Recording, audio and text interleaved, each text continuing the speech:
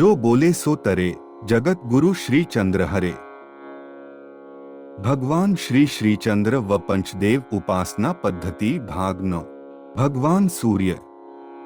दिव्यता और ऐश्वर्य के भगवद रूप प्रस्तुत करने के लिए सूर्य की प्रखरता, ज्योतिर्मानता और गरिमा अन्यत्र कहाँ मिल सकती है।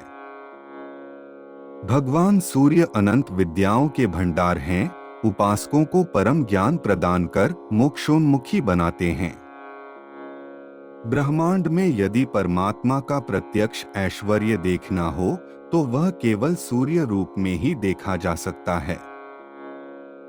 भगवान सूर्य का मुकुट नाना रत्नों से रचित और आलोकवान है, दीप्त केश सुवर्ण कांति से युक्त हैं, हाथ में मात्र एक दिव्य कमल है, 7 घोड़ों के रथ पर विराजते हैं, अरुण रथवान है। बाल किरणें आगे आगे चलकर वैदिक मंत्रों द्वारा भगवान की स्तुति करती हैं। भगवान के हाथ का कमल मोक्ष दाता होने का सूचक है। सप्तवर्णी किरणों का प्रकाश 7 रंग के अश्वों द्वारा प्रकट किया गया है। सुप्रकाश ब्रह्म ही इस संसार चक्र को चलाता है।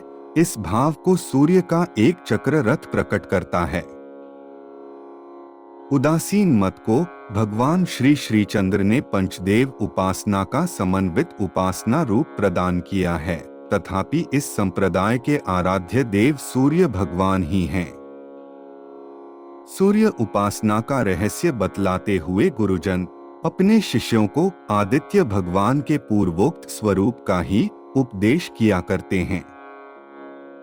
यही उदासीनों में परंपरागत प्रथा चली आ रही है। विश्लेषण।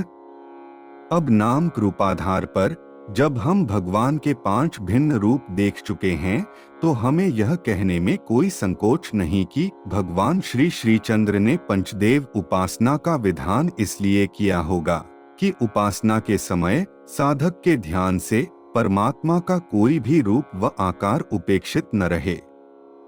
संभवतः इसी लक्ष्य से आचार्य श्री ने सगुण मत एवं मूर्ति पूजा को भी बल प्रदान किया होगा। मायातीत निर्गुण ब्रह्म तो विलक्षण है ही, तथापि चित भाव से परमात्मा श्री विष्णु रूप में, सत भाव से श्री शिव रूप में, शक्ति भाव से मां दुर्गा रूप में, बुद्धि भाव से श्री गणेश जी में और ज्योति भाव से श्री सूर्य देव में स्थित है। इसीलिए उक्त 5 देवों को जीव कल्याण के मंतव्य से सगुण ब्रह्म के रूप में शास्त्रों ने मान्यता प्रदान की है।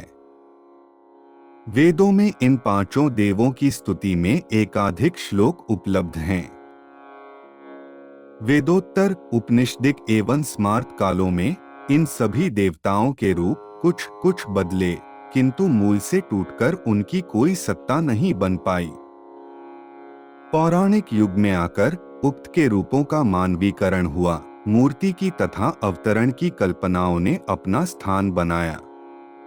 नए प्रतीक उदित हुए, नई व्याख्याएं हुईं और अंततः मंदिरों में उक्त 5 देवों की मूर्तियों की स्थापना हुई।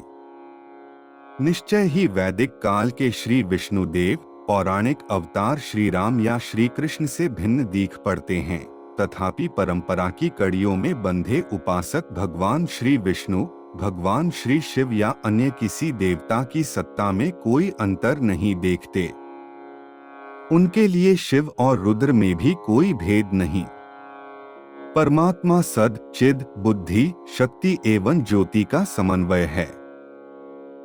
यदि भक्त इन दैवी भावों से किसी एक से चमत्कृत होकर 5 में से किसी एक देव की शरण भी ढूंढता है तो भी उसकी पंचदेवोपासना में कोई विघ्न नहीं आता, क्योंकि 5 भाव सद, चिद, शक्ति, बुद्धि और ज्योति अन्योन्याश्रित हैं। श्री विष्णु भगवान में बुद्धि रूप की कल्पना उनमें गणपति तत्व को उजागर कर देती है। श्री राम विष्णु में रावण घातिनी शक्ति का स्मरण श्री राम में दुर्गा तत्व के सम्मिलन के समान है। बुद्धि अपने आप में एक महत्वपूर्ण बल है, इसलिए उसे शक्ति से अलग नहीं किया जा सकता। ज्योति चक्र तो प्रत्येक देव के शीश के पीछे विराजता है, जो उसे सूर्य शक्ति से सुशोभित करता है। तात्पर्य यह कि पंचदेव उपासना के विधान का यह अभिप्राय बिल्कुल नहीं कि उपासक एक ही समय पंचमूर्ति पूजन करे या पांचों देवताओं का स्तुति गान करे। एक देवता की स्तुति में दूसरे सहयोगी देवता के रूप का कोई भाग तो अवश्य उभरता है।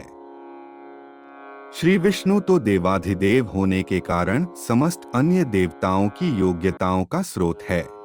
इसीलिए सगुण उपासकों ने सर्वाधिक मंदिर उसी के नाम से या उसके अवतारों के नाम से खड़े किए हैं।